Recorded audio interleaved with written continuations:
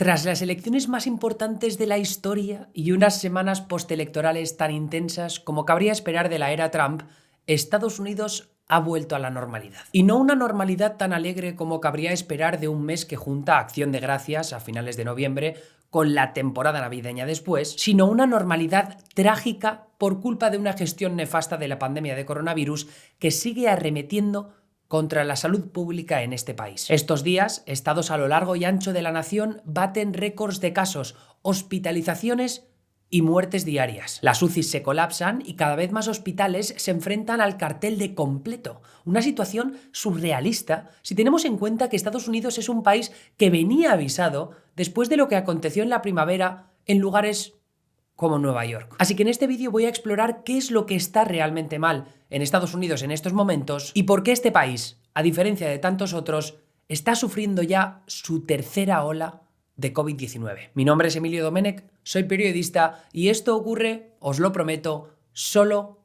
en América.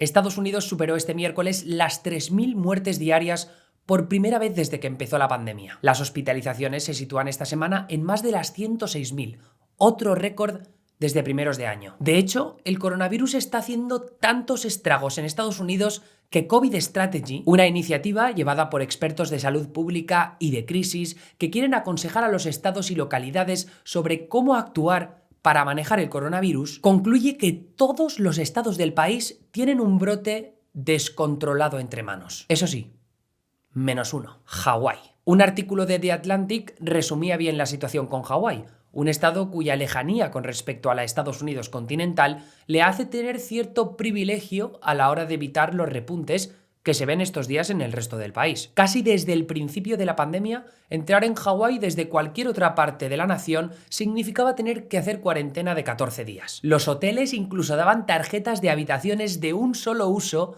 para limitar las aventuras de sus huéspedes, mientras que las autoridades locales mandaban arrestar a aquellos que incumplían las normas, lo que ha tenido como consecuencia que más de 200 personas hayan sido detenidas. Pero esa no era la tesitura en el resto del país. Un estado como Ohio, aplaudido por la gestión del coronavirus, comandada por el gobernador republicano Mike DeWine, estaba lejos de tener una normativa semejante a la de Hawái. La cuarentena para aquellos que viajen desde las partes más afectadas del país es voluntaria. Joder, hasta yo, que vivo en un estado como Nueva York, donde el gobernador demócrata Andrew Cuomo ha presumido durante meses de su gestión anclada en la ciencia, un estado donde no abren los cines desde marzo y los restaurantes solo han podido abrir sus comedores interiores al 25% este otoño, nadie se puso en contacto conmigo para saber si estaba haciendo cuarentena, pese a que viajé a estados como Florida o California este pasado verano. Dicho lo cual, si me hice test antes de esos viajes y di positivo por anticuerpos porque el COVID ya lo pasé en abril. Pero yo no soy todo el mundo. Esto lo cuento porque es esencial distinguir entre la primera ola de coronavirus en Estados Unidos, cuando sobre todo las grandes metrópolis que reciben a más turistas, especialmente en el noreste del país, donde está Nueva York, se vieron más afectadas, entre la segunda ola, cuando sobre todo los estados sureños de Florida, Texas o Arizona, que habían decidido reabrir negocios más pronto, sufrieron un repunte gravísimo de casos, y esta tercera ola, cuando todo el país está lidiando con un descontrol pandémico que promete dilatarse a lo largo de los próximos meses. Así que es más difícil en esta ocasión atribuir la culpa solo al fracaso de los test del pasado invierno o a la falta de decisiones rápidas de gobiernos demócratas como el de Nueva York en el mes de marzo, o a la toma de decisiones apresuradas como ocurrió en el sur estadounidense en el verano. Es, más bien, una amalgama de fracasos gubernamentales y una ciudadanía poco dispuesta a hacer caso inmediato a sus representantes políticos. Por enumerar unas cuantas razones. Primero, una falta de restricciones de viaje efectivas. Sí, vale, se ha bloqueado el viaje desde Europa a China y algunos otros países,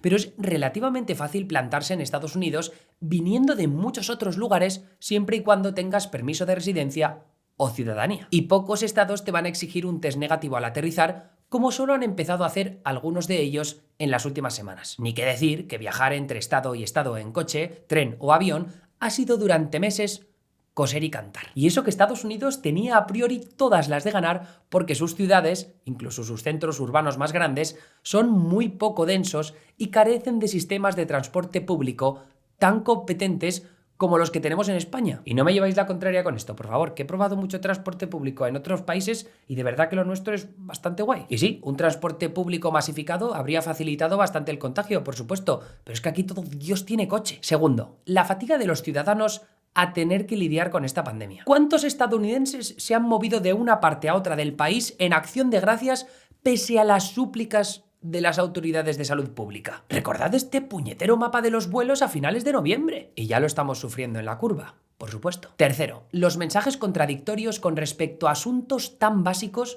como el uso de las mascarillas. Si los ciudadanos solo se creen a uno de los dos bandos que dividen ideológicamente a este país, ¿cómo demonios va a haber algo de consenso para el uso de las mascarillas o el mantener la distancia de seguridad? Y de la misma forma, si el país está casi dividido por la mitad, una pandemia no se controla si un alto porcentaje de una de esas mitades suda de usar mascarillas. Por suerte, los repuntes del verano y el hecho de que Trump empezara a lucir mascarilla, al menos en un par de ocasiones, ha ayudado a que una mayoría abrumadora de ciudadanos, demócratas y republicanos, defiendan ahora usar la mascarilla siempre al salir de casa. Cuarto, el empeño de muchos gobiernos estatales de seguir adelante con las reaperturas de sus estados sin ayudarse de otras medidas como el rastreo masivo de contagios. Recuerdo hace meses que se habló de la app que habían hecho Apple y Google para el asunto del rastreo, una cosa maravillosa para gestionar esta movida, y nada, tú.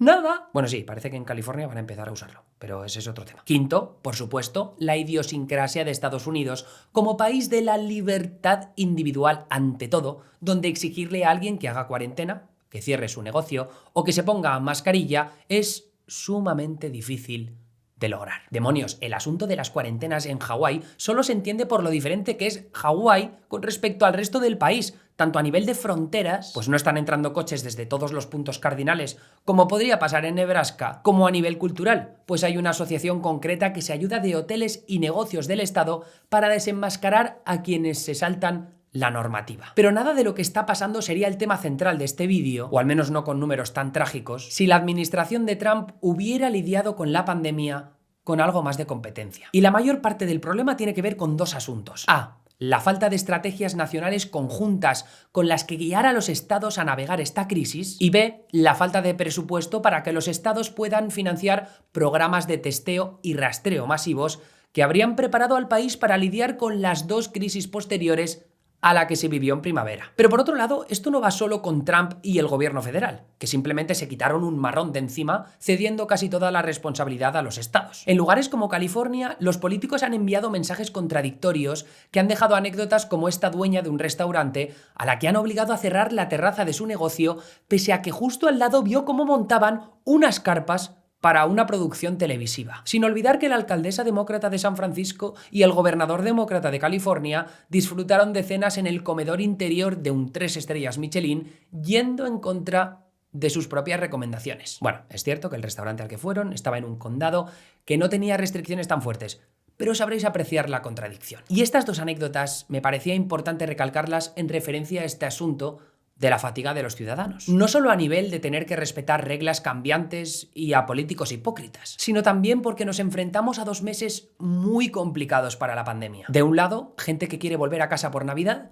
guilty, pero con anticuerpos, Y del otro, pero en el mismo pack, gente que lleva semanas leyendo buenas nuevas sobre las vacunas, esas que prometen acabar esta asquerosa pesadilla. Así que a falta de medidas más estrictas por parte de los gobiernos estatales y una Casa Blanca y un Capitolio más centrados en sus juegos políticos que en el estado de salud y económico del país, nos queda esperar unas cuantas semanas más antes de que la administración de Biden tome el relevo y, al menos así se espera, cambie un poco el rumbo de este país en lo que respecta a la pandemia. Pero una cosa está clara, y no me gusta nada tener que decir esto: por el camino va a morir mucha gente. Y es algo que no debería estar ocurriendo. Así que eso ha sido todo por esta entrega de Solo en América. Mi nombre es Emilio Domenech. Nos vemos la semana que viene aquí en Neutral.es. Hasta luego.